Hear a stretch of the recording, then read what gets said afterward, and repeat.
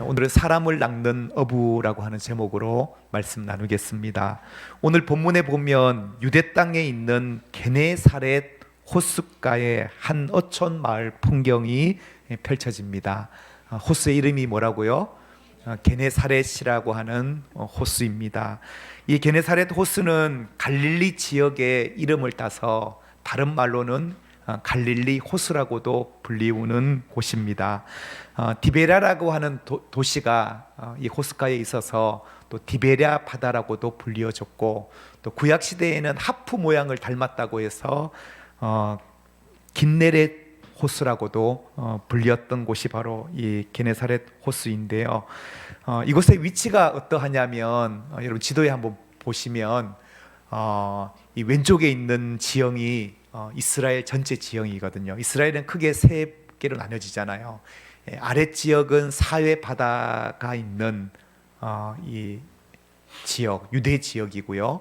가운데 지역은 사마리아 지역, 그리고 맨 위 동그라미 지역이 있는 그곳이 갈릴리 지역에 있는 호수가 바로 이 게네사렛 호수, 갈릴리 호수라고 불리우는 곳인데요. 그런데 여러분, 말이 호수이지 우리가 생각하는 호수보다 상상보다 더 훨씬 큰 호수예요.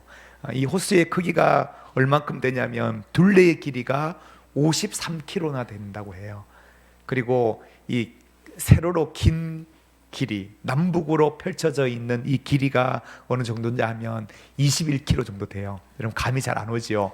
21km의 길이가 어느 정도냐면, 여러분 상암 월드컵 경기장 가보셨어요? 상암까지의 거리가 한 21km 돼요. 차로 한 30분 달려야 갈 수 있는 그 거리의 길이가 바로 이 호수의 길이인데요. 사진 한번 볼까요? 제가 작년 성지순례 갔을 때에 이 갈릴리 지역의 갈릴리 호숫가에 있는 호텔에서 2박을 묵었거든요. 호텔 베란다에서 찍은 갈릴리 호수의 한 부분이에요. 이 부분인데, 그러니까 하루는 밤에 배를 타고 이 갈릴리 호수를 가서 배 위에서 산상 예배를 드렸어요. 그런데 이 바람이 얼마나 세차게 불어오고 호수인데도 파도가 심할 정도로, 그래서 사람들은 이 갈릴리 호수를 가리켜 갈릴리 바다라고 불릴 만큼 아주 큰 그런 어촌 마을인데요. 아침에 해가 이제 떠올라오고 햇살이 나면서 날씨는 점점 뜨거워져 가고 있는 그러한 아침이에요. 밤새 고기를 잡았던 어부들이 배에서 나와서 그물을 싣고 있습니다. 그런데 그물을 싣고 있는 어부들의 표정을 보니까 어부들의 표정이 별로 밝아 보이지가 않아요. 왜일까요? 어부들은 밤새 물고기를 잡았는데 한 마리도 못 잡은 거예요. 빈 그물을 가지고 그 그물을 싣고 있는 어부들의 표정은 밝지가 않았습니다. 그런데 예수님께서 그 어부들이 그물을 싣고 있는 이 게네사렛 호숫가에 무리들에게 말씀을 가르치기 위하여 오셨어요. 그러니까 밤새 고기를 잡았으나 아무것도 잡지 못한 허탈감에 빠져 있는 이 베드로와 또 그의 동무들에게 예수님께서 다가오시는 본문이 바로 오늘 본문 말씀인데요. 예수님은 지금 무리에게 말씀을 가르치시고 있지만, 그러나 예수님의 시선은 어디에 가 있냐 하면 바로 어젯밤 밤새 그물을 던졌지만 고기를 잡지 못했던 그 베드로에게 예수님이 시선이 가 있었어요. 그리고는 이 무리들에게 예수님이 말씀을 가르치시고 나서, 그리고 예수님이 한 배에 오르시게 되는데, 그 배가 누구의 배였죠? 바로 시몬 베드로의 배였어요. 그리고 예수님께서는 무리들에게 말씀을 시몬의 배 위에서 가르치시고, 무리들은 다 떠나 흩어졌지만 그러나 그곳에 남은 사람은 누군가, 바로 베드로가 남아 있어요. 다시 말하면 오늘 우리가 읽은 이 본문의 이야기 속에 나오는 수많은 무리들은 베드로의 이야기의 하나의 배경에 불과해요. 다시 말하면 예수님은 지금 밤새 물고기를 잡았지만 한 마리도 잡지 못하고 허탈감에 빠져 있는 베드로에게, 낙심 가운데 있는 이 베드로에게 찾아오시고 다가오시는 예수님의 손길을 보게 됩니다. 예수님이 베드로의 배에 오르셨고요, 예수님이 베드로에게 말씀하셨어요.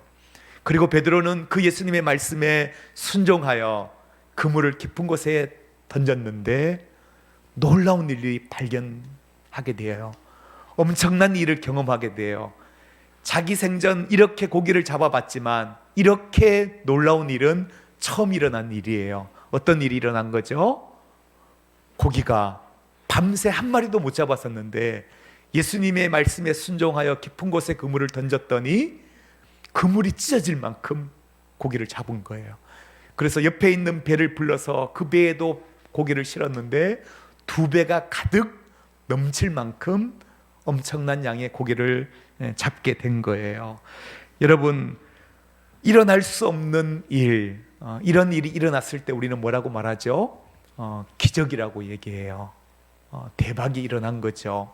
오늘 베드로가 이 기적을 경험하게 되는데 저는 오늘 말씀을 통해서 여러분과 함께 베드로가 엄청난 양의 물고기를 잡은 그 기적을 뛰어넘어 우리가 발견해야 될 또 하나의 기적을 우리가 발견할 수 있는 오늘 귀한 시간 되기를 간절히 원합니다. 그래서 오늘 본문 속에서 우리가 발견해야 될 또 하나의 기적은 무엇일까? 단순히 베드로가 고기를 많이 잡았다, 이것이 기적이 아니라 또 우리가 발견해야 될 또 하나의 기적, 그 기적을 찾아서 오늘 말씀 속으로 한번 들어가 보도록 하겠습니다. 여러분, 우리의 인생은 마치 그물을 던지는 사람과 같습니다. 어떤 사람과 같다고요? 그물을 던지는 사람과 같아요. 오늘 본문 속에 나오는 베드로와 그의 친구들은 물고기를 잡기 위하여 밤새 그물을 던졌어요. 왜 하필이면 밤에 그물을 던졌을까? 이 갈릴리 지역의 일기가 어떠냐면 일교차가 아주 심하고 그리고 낮에는 너무 햇살이 뜨겁고 무덥기 때문에 고기도 깊은 곳으로 내려간다고 해요. 그래서 주로 그물을 던질 때에는 밤에 그물을 던져서 물고기를 잡는다고 하는데요. 그러니까 밤새 물고기를 잡는 오늘 이 베드로의 모습 속에서 저는 우리의 인생도 각자 그물을 던지는 사람과 같다라는 생각을 해보게 되는데요. 사업을 하시는 분들은 사업에 성공하기 위하여 새벽부터 일어나서 열심히 하루 종일 그물을 던지며 일을 하고 있죠. 장사하는 사람들도 장사의 그물을 던지고 있고 회사에 다니시는 분들도 회사에서 자기가 맡은 바 그물을 열심히 던지며 우리는 삶을 살아가고 있습니다. 베드로도 자신의 생업인 고기 잡는 일을 위해서 밤새 그물을 던졌습니다. 그러나 아침 해가 뜨기까지 베드로는 한 마리의 물고기도 잡지 못했습니다. 베드로의 그물은 텅텅 비어 있었습니다. 베드로는 이 갈릴리 호숫가에서 어릴 때부터 자랐고 오랜 시간 업으로 일을 해왔던 사람이에요. 그는 어디에 가면 고기가 많고 어떻게 해야 고기를 많이 잡을 수 있는지 잘 아는 전문가였어요. 그런데 이 베드로는 그날따라 아무리 그물을 던져도 고기가 잡히지 않는 거예요.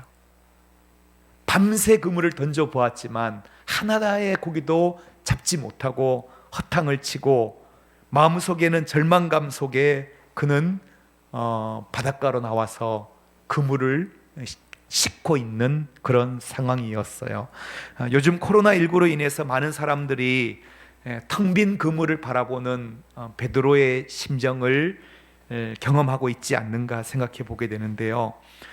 눈에 보이지 않는 그 바이러스로 인해서 지금 세계 경제가 휘청거리고 있어요. IMF 총재가 얼마 전 말하기를 코로나19로 인한 경기 침체는 2008년 금융위기보다 심각하다라고 말했고 IMF 역사상 세계 경제가 멈춰서는 것을 본 적이 없다라고 말할 정도로 지금 세계 경제는 아주 위기에 놓여져 있다라고 하는 사실입니다. 아마 여러분들 가운데서는 아직 피부로 못 느끼시는 분들도 계시겠지만 지금은 분명히 여러 가지로 위기의 때인 것은 분명합니다.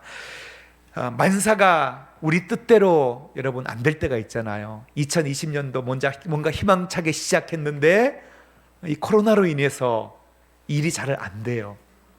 뭔가 계획대로 일이 풀려지지 않는 때가 우리가 살아가다 보면 분명히 만나게 된다라는 거죠. 그러나 그럴 때 우리는 불평하지 말고 그곳에 하나님의 뜻이 분명히 있다라는 것을 깨닫게 되기를 축복합니다. 일이 잘 풀리지 않는다면 그것은 하나님의 계획 안으로 들어오라라고 하는 하나님의 초청이라는 사실을 우리가 잊지 않아야 한다라고 하는 사실입니다. 내가 가는 길이 막힐 때 하나님께서는 다른 길로 우리를 인도하신다는 사실입니다. 오늘 베드로를 한번 보세요. 베드로는 최선을 다했어요. 그는 고기 잡는 일의 전문가였고, 그리고 어디에 가면 고기가 많은지를 알고, 그리고 열심히 밤이 맞도록 그물을 던졌어요. 그러나 베드로의 그날 일은 실패했어요. 여러분, 아무리 우리가 노력하고 애쓰고 최선을 다한다고 다 성공하는 것만은 아니다라는 거예요. 이렇게 낙심과 절망에 빠져 있는 베드로, 그러나 그 베드로에게 오늘 주님이 찾아오셨고 다가오셨다라고 하는 사실입니다. 그리고 그 베드로의 배에 예수님이 오르셨다라고 하는 사실입니다. 그러기에 저는 우리 인생의 끝은 바로 하나님의 시작이다라고 하는 사실이죠. 우리 인생이 끝나는 그 지점, 내 힘으로 아무것도 할 수 없다고 우리가 두 손 드는 그 순간 하나님이 일하시는 순간임을 우리가 깨닫게 됩니다. 오늘 본문 4절 우리 한번 같이 한번 읽어보겠습니다. 성경 4절을 같이 한번 읽겠습니다. 4절 시작. 말씀을 마치시고 시몬에게 이르시되 깊은 데로 가서 그물을 내려 고기를 잡으라. 아멘. 시몬 베드로에게 예수님이 뭐라고 말씀하십니까? 깊은 데로 가서 그물을 던지라라고 예수님이 말씀하셨어요. 밤새 내가 고기를 잡아도 아무것도 잡지 못했는데, 내가 이 바다 상황을 너무나 잘 알고 있는 전문가인데, 그런데 예수님은 너무나도 상식에도 맞지 않는 말씀을 하고 계시는 거예요. 지금 깊은 곳에는 물고기가 있는 곳이 아니에요. 그런데 예수님이 깊은 곳에 그물을 던지라라고 말씀하시는 거예요. 여러분, 우리가 예수님의 말씀에 순종하기 어려운 순간이 언제인가 하면 바로 이러한 순간이라고 하는 사실이죠. 우리의 경험, 우리의 지식, 우리의 선입견, 이것이 우리가 주님 앞에 순종을 가로막는 요소라는 사실을 우리가 깨닫게 되는데요. 베드로는 아마 속으로 이렇게 생각했을 거예요. 선생님, 내가 선생님을 존경하는데요, 그러나 선생님은 목수 아닙니까? 나는 어릴 때부터 고기 잡아왔던 고기 잡는 일의 전문가예요. 아마 베드로의 마음 안에 그런 마음이 들었을지도 모르겠어요. 그렇지만 오늘 예수님께서 그물을 던지라, 깊은 곳에 가서 그물을 던지라 그렇게 말씀하셨을 때 베드로는 주님 앞에 어떻게 고백합니까? 5절을 우리 한번 읽겠습니다. 5절 시작. 시몬이 대답하여 이르되 선생님, 우리들이 밤이 새도록 수고하였으되 잡은 것이 없지만은 말씀에 의지하여 내가 그물을 내리리이다 하고. 아멘. 그는 자신의 경험을 내려놓았어요. 자신의 지식을 내려놓았어요. 그리고 주님 앞에 순종합니다. 내가 말씀에 의지하여 그물을 내리겠습니다라고 순종을 하게 되죠. 그럴 때 그 순종의 결과가 어떠합니까? 6절 이하에 보면 이렇게 하니 고기 잡은 것이 심이 많아서 그물이 어떻게 되었다고요? 그물이 찢어질 만큼 고기가 많이 잡힌 거예요. 그리고 다른 동무들을 손짓해서 불러와서 다른 동무의 배에도 채우니 2배의 고기가 가득할 만큼 놀라운 일을 베드로가 경험하게 되었다라고 하는 사실입니다. 이게 기적 아니겠어요, 그죠? 내가 밤새 그물을 그렇게 많이 던져보고 가진 방법을 다 써봤는데 한 마리도 잡히지 않았는데, 어떻게 예수님은 내 상식과 내 경험을 빗나가는 깊은 곳에 그물을 던지라고 말씀하셨는데 거기에 순종했더니 이렇게 엄청난 고기를 잡을 수 있단 말인가? 베드로는 놀라운 기적을 경험하게 되었어요. 여러분, 그러나 저는 오늘 여러분과 나누고자 하는 말씀은 베드로가 경험한 이 엄청난 양의 물고기, 이 기적이 아니라 우리가 오늘 진정 발견해야 될 또 하나의 기적이 무엇인지 여기에서부터 이제 시작이 됩니다. 여러분, 우리가 보통 그럴 때 있잖아요. 내가 이번 시험에는 대략 한 몇 점 정도 평균 나왔으면 좋겠어. 예상하는 예상치가 있는데 시험을 봤는데 예상외로 점수가 10점이 올랐어요. 그러면 어때요? 기분이 어떨까요? 와, 대박. 너무 좋죠. 기분이 좋고 기뻐요. 내가 어느 사업에 프로젝트를 넣었는데 그 많은 경쟁을 뚫고 나의 프로젝트가 합격이 된 거예요. 그럴 때 너무나 놀랍고 우리는 기뻐요. 그런데 오늘 베드로의 상황을 보면 밤새 물고기 잡으려고 그렇게 애쓰고 노력하고 힘썼어요. 물고기를 한 마리도 못 잡았어요. 그런데 예수님의 말씀에 순종해서 그물을 던졌는데 엄청난 양의 고기가 잡혀왔단 말이에요. 일반적으로 보면 어떻게 반응해야 될까요? 예, 대박 아니겠어요, 그죠? 기뻐하고 즐거워하고 감사해야 될 텐데 오늘 베드로는 그 광경 앞에서 어떻게 반응하고 있냐면 8절을 우리 한번 보도록 할게요. 8절 시작. 시몬 베드로가 이를 보고 예수의 무릎 아래에 엎드려 이르되 주여 나를 떠나소서 나는 죄인이로소이다. 아멘. 여러분, 베드로는요 앞에 5절 말씀에 보면 예수님을 향하여 선생님 이렇게 불렀어요. 그런데 이 놀라운 일을 경험하고 나서 주님을 향하여 예수님은 주여라고 호칭이 바뀌어요. 그리고 그 주님 앞에 엎드려 주님 나는 죄인입니다. 주님 나는 죄인입니다. 자기의 죄인임을 고백하는 그러한 반응을 보이고 있다라고 하는 사실이죠. 여러분, 갈릴리 최고의 어부라면 이 베드로가 짱이겠죠. 어릴 때부터 물고기를 잡았고 물고기의 전문가예요. 그러나 이 갈릴리 호수를 너무나도 잘 알고 있는 이 베드로도 그 호수의 깊은 곳은 알지 못하는 존재예요. 그런데 내 앞에 계시는 이 예수님은 이 호수의 깊은 곳까지 다 꿰뚫고 계시는 존재인 거예요. 그렇다고 한다면 그분은 내 안에, 내 속에 있는 내 마음까지도, 내 마음 깊은 곳까지도 다 꿰뚫고 보고 계시는 그 주님의 존재 앞에서 이 베드로는 엎드릴 수밖에 없었다라는 거죠. 주님, 나는 죄인입니다. 주님, 나는 죄인입니다. 여러분, 성경에 보면요 베드로와 같은 이 경험을 한 사람들은 여럿 있습니다. 구약의 이사야 선지자가 성전에서 하나님의 임재를 경험했을 때 이사야가 어떻게 고백합니까? 이사야서 6장 5절 말씀에 보면 그때에 내가 말하되 화로다 나여 망하게 되었도다. 나는 입술이 부정한 사람이요 나는 입술이 부정한 백성 중에 거하면서 만군의 여호와이신 왕을 배웠음이니라 이로다. 여러분, 이사야는 하나님 앞에 나는 입술이 부정한 사람이다라고 자기의 죄를 하나님의 임재 앞에서 고백했어요.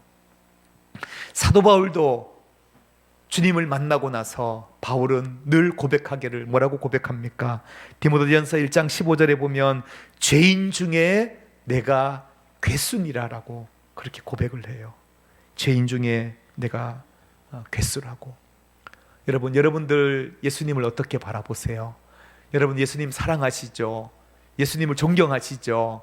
우리가 예수님을 사랑합니다, 존경합니다 이렇게 표현하지만 우리가 정말로 예수님의 존재 앞에서 주님, 나는 죄인입니다. 주님, 나는 정말로 죄인입니다. 이러한 고백이 우리의 삶 가운데 없다고 한다면 우리는 아직 정말 경험해야 될 하나님의 그 기적을 우리는 경험하지 못하고 있다는 거예요. 오늘 베드로가 만났던 두 번째의 기적은 바로 예수님의 그 존재 앞에서 그분을 만나고 나서 자신이 죄인임을 고백하는 이 고백에서부터 출발하게 된다라고 하는 사실입니다. 나는 죄인입니다 이렇게 고백하는 이 베드로를 향하여 예수님께서는 주십니다. 무엇을 주시는가? 사명을 주시는데요. 10절을 우리 한번 읽겠습니다. 10절 시작. 세베대의 아들로서 시몬의 동업자인 야고보와 요한도 놀랐습니다. 예수께서 시몬에게 이르시되 무서워하지 말라. 이제 후로는 내가 사람을 취하리라 하시니. 아멘. 예수님은 베드로에게 무서워 말라 말씀하시면서 이제 후로는 내가 사람을 취하리라 이렇게 말씀하고 있는데요. 이 사람을 취하리라라고 하는 이 의미는 우리가 지난주 말씀 암송했던 구절 마태복음 4장 19절 20절 우리 같이 한번 읽어볼까요? 우리 마태복음 4장 19절 20절 같이 읽겠습니다. 시작. 말씀하시되 나를 따라오라. 내가 너희를 사람을 낚는 어부가 되게 하리라 하시니 그들이 곧 그물을 버려두고 예수를 따르니라. 아멘. 내가 너희를 어떻게 하겠다고요? 사람을 낚는 어부가 되게 하리라 라고 말씀하셨어요. 다시 말하면 예수님을 만나고 자신이 죄인입니다라고 고백했던 이 베드로를 향하여 지금까지 너는 고기를 잡는 어부였으나 이제는 사람을 낚는 어부가 되게 하겠다라고 주님의 사명을 이 베드로에게 주셨다라고 하는 사실입니다.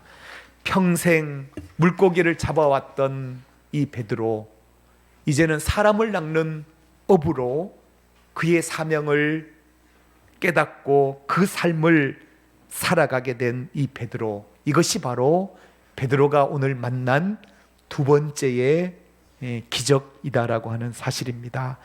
우리는 예수님을 믿고 여러분 우리가 다 꿈꾸시죠. 우리가 예수님을 믿고 예수 믿어 사업이 잘 되면 좋겠고, 예수 믿어 물질의 복을 받으면 좋겠고, 출세하면 좋겠고, 성공하는 그러한 기적을 우리는 꿈꿉니다.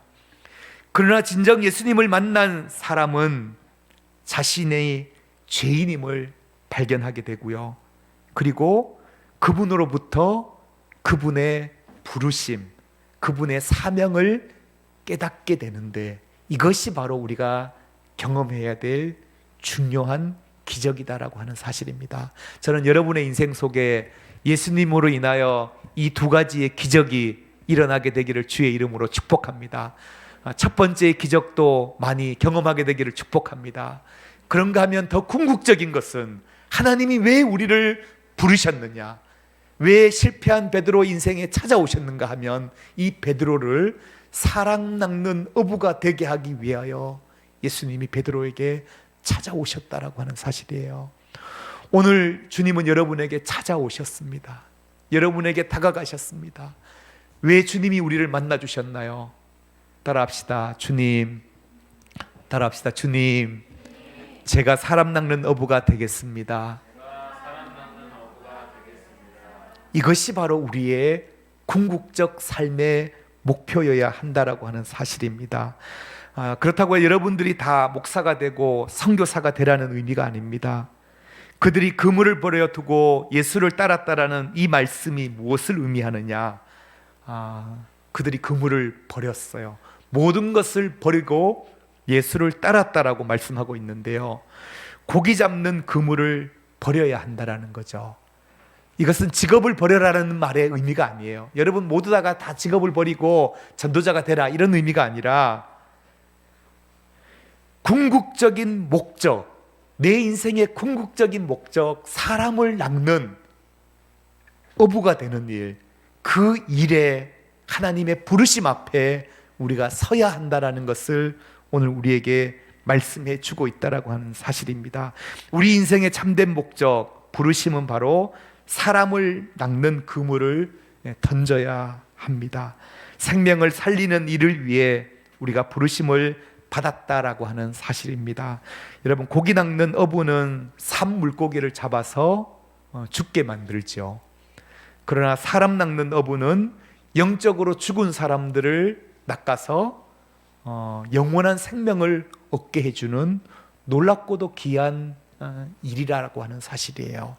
여러분, 우리가 이 땅에서 살아가는 동안에 열심히 일하고 또 열심히 살아가는 거 중요해요. 그러나 우리의 모든 일과 우리의 삶의 궁극적인 목표는 사람을 낚는 일, 죽은 자들을 주님께로 인도하여 영원한 생명의 길로 인도하는 그 일을 위하여 우리가 부르심 받았다라고 하는 사실을 잊지 않는 저와 여러분들이 되기를 주의 이름으로 축복합니다.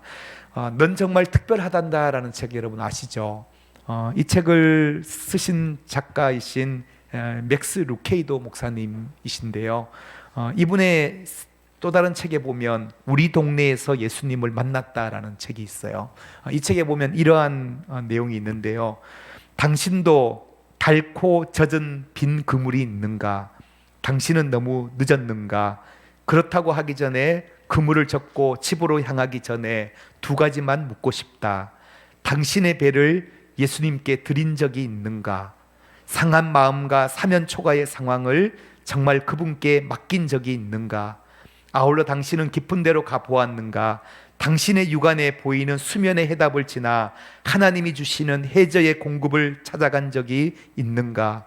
배 반대편을 시도해보라. 여태껏 가본 것보다 더 깊이 가보라. 베드로가 찾은 것을 당신도 찾을 수 있다. 그는 다시 노력하여 한 배 가득 물고기만 얻은 게 아니라 하나님도 보았다. 사명도 깨달았다. 사랑하는 성도 여러분, 지금 여러분들에게 닳고 젖은 빈 그물이 있습니까? 텅 빈 마음으로 낙심한 가운데 이곳에 계신 분들도 혹시 계십니까? 오늘 그 배에 주님이 오르시기를 원하십니다. 여러분, 주님 앞에 우리의 배를 내어 드리기를 간절히 원합니다. 주님, 내 배에 올라와 주십시오. 내 배에 오십시오. 그리고 주님 말씀하여 주십시오. 내가 주님의 말씀에 의지하여 순종하겠습니다. 그럴 때 주님의 놀라운 일을 우리도 경험하게 될 것입니다. 오늘 베드로가 경험했던 기적, 그 첫 번째의 기적을 뛰어넘어 하나님이 궁극적으로 우리를 왜 부르고 계시는지, 우리가 정말로 사람을 살리는 일에 쓰임받는 두 번째 기적 또한 경험하는 여러분 되기를 주님의 이름으로 축복합니다. 이번 주간은 고난주간입니다. 예수님께서 이 땅에 오신 목적은 친히 사람을 낚는 업으로 이 땅에 오셨습니다. 그리고 우리를 살리시기 위하여 친히 자기 몸을 우리를 위해 내어주셨습니다. 내가 온 것은 양으로 생명을 얻게 하고 더 풍성히 얻게 하려는 것이라 주님 말씀하셨습니다. 친히 주님께서는 십자가에 모든 물과 피를 다 흘려서 우리의 죄를 씻어주셨습니다. 그 주님의 십자가 사랑을 기억하며 오늘 함께 우리가 이 찬양으로 같이 한번 고백하기 원합니다. 천번을 불러도 천번을 불러봐도 내 눈에 눈물이 멈추지 않는 것은 십자가의 그 사랑, 나를 살리려 지신 그 십자가, 모든 물과 피 나의 더러운 죄 씻으셨네.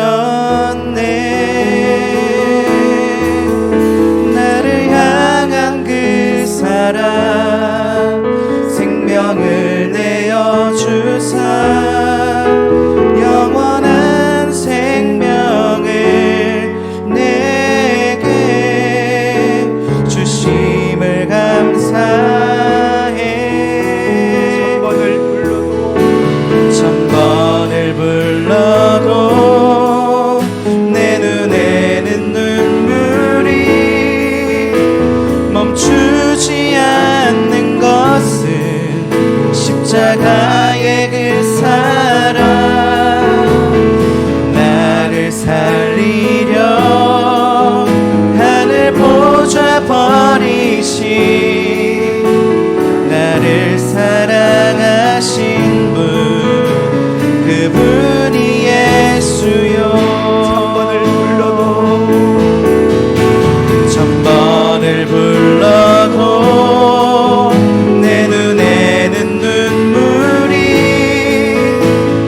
멈추지 않는 것은 십자가의 그 사랑 나를 살리려 하늘 보좌 버리신 나를 사랑하신 분 그분이 예수요. 다시 한번 1000번을 불러도 천번을 불러도 내 눈에는 눈물이 멈추지 않는 것은 십자가의 그 사랑 나를 살리려 하늘 보좌 버리신 나를 사랑하신 분 그분이 예수요. 사랑하는 여러분, 오늘 시간 주님 앞에 우리가 함께 기도하며 나아가는 시간을 갖기를 원합니다. 여러분에게 텅 빈 젖은 빈 그물이 있으십니까? 또 인생의 여러 가지 어려움과 절망과 낙심 가운데 오늘 주님 앞에 서 있는 분들이 계십니까? 오늘 우리의 배에 예수님을 초청하시기를 간절히 축복합니다. 주님, 내 배에 올라와 주십시오. 그리고 나에게 말씀하여 주십시오. 내가 그 말씀에 순종하겠습니다. 우리가 주님의 그 놀라운 은혜의 기적을 경험하는 귀한 시간 되기를 간절히 원합니다. 우리 시간 기도할 때 하나님, 나를 위하여 하늘 보좌를 버리시고 모든 피와 물을 흘려주신 하나님 그 주님, 그 주님의 그 은혜로 우리를 구원받게 해주셨는데 오늘 우리가 주님의 그 사랑을 기억하며 주님을 초청하는 귀한 은혜의 시간 되게 하여 주옵소서. 함께 기도하겠습니다. 오 하나님 아버지, 시간과 하나님 저희들 주님 앞에 예배하여 나아갈 수 있는 은혜를 주시고 감사합니다. 하나님 아버지, 하나님 밤새 고개를 잡았으나 아무것도 잡지 못했던 베드로에게 찾아오셨던 주님, 그 인생 가운데 찾아오셔서 하나님 아버지 말씀하셨고 그 말씀을 통해 하나님의 놀라운 능력과 하나님의 은혜를 경험하게 하여 주신 주님, 오늘 하나님 아버지 우리의 삶을 주님 앞에 내어 맡겨드립니다. 하나님, 내 인생에 찾아와 주시옵소서. 나의 배에 오르시옵소서. 나에게 말씀하여 주옵소서. 하나님 아버지, 우리가 하나님의 인자함, 하나님 아버지 우리를 건강하게 더불어 하나님 아버지 사랑하게 하여 주시고 그 일을 위하여 쓰임받게 하여 주시옵소서. 하나님의 그 마음으로 우리가 살아가게 하시고 내 눈에는 눈물이 멈추지 않는 것은 십자가의 그 사랑 나를 살리려 하늘 보좌 버리신 나를 사랑하신 분 그분이 예수요. 우리를 위하여 하늘의 보좌를 버리시고 낮고 낮은 이 땅에 오셔서 모든 물과 피를 쏟아주시며 우리의 죄를 씻어주신 주님의 그 사랑을 기억합니다. 오늘 텅 빈 그물을 바라보는 낙심 가운데 있는 베드로에게 찾아오셨던 그 주님의 손길이 오늘 하나님 절망과 또 낙심 가운데 있는 성도들의 심령 가운데 찾아와 주시기를 간절히 원합니다. 하나님, 우리의 배에 오르시옵소서. 주님 말씀하여 주옵소서. 우리가 주님의 말씀에 순종하겠습니다. 하나님, 우리가 우리의 삶이 하나님의 나라와 영광을 위하여 사람을 낚는 어부의 일을 생명을 살리는 일에 쓰임받는 인생으로 살아가게 하여 주옵소서. 예수님의 이름으로 기도드립니다. 아멘. 아멘.